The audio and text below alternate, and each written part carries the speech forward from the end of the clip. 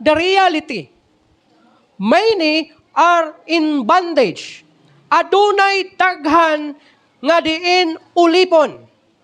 Na ulipon.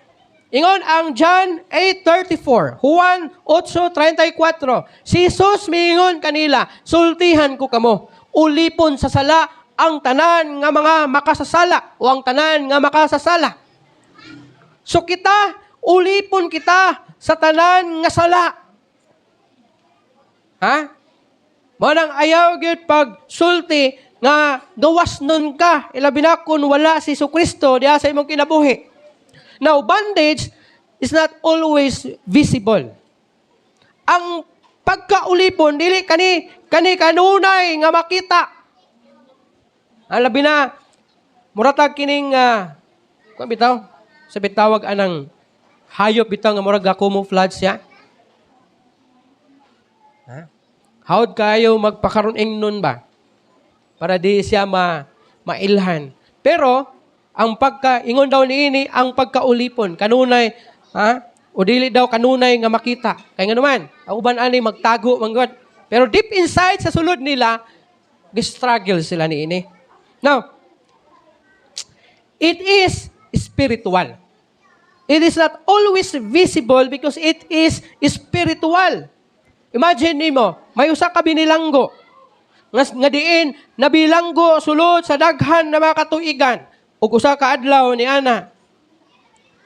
Siya gitagaan og parol og gihimong gitagaan og kay gayunan nga mahimong gawasnon. Sa diha nga giablihan ang iyang silda. Nagdumili siya sa paggawas sa iyang silda. Ngano kaha?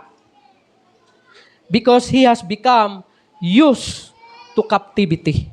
Naanad na siya sa iyahang pagkadinakpan o pagkabinalanggo. Marabag katong kanta ni Max Urban bitaw nga nagmahay siya nga nung nakagawas pa ang iyang tatay. Kay maay dito sa bilangguan kay nagpagkaon dito.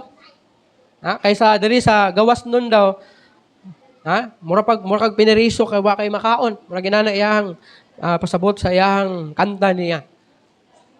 Ang usa ka pineriso na miabot ang adlaw nga mahimo siyang gawas nun, giablihan ang pultahan sa silda aron makauli na siya. But sad to say, na kini nga binilanggo, nagdumili siya sa paggawas sa iyang silda sa rason nga naanad na siya nga magpuyo diha sa iyang pagkadinakpan o diha sa iyang pagkabinilanggo. Ingon niini ang pipila ka mga magtutuo. Nasayod ka, na kini siya mali, sayop, dili maayo.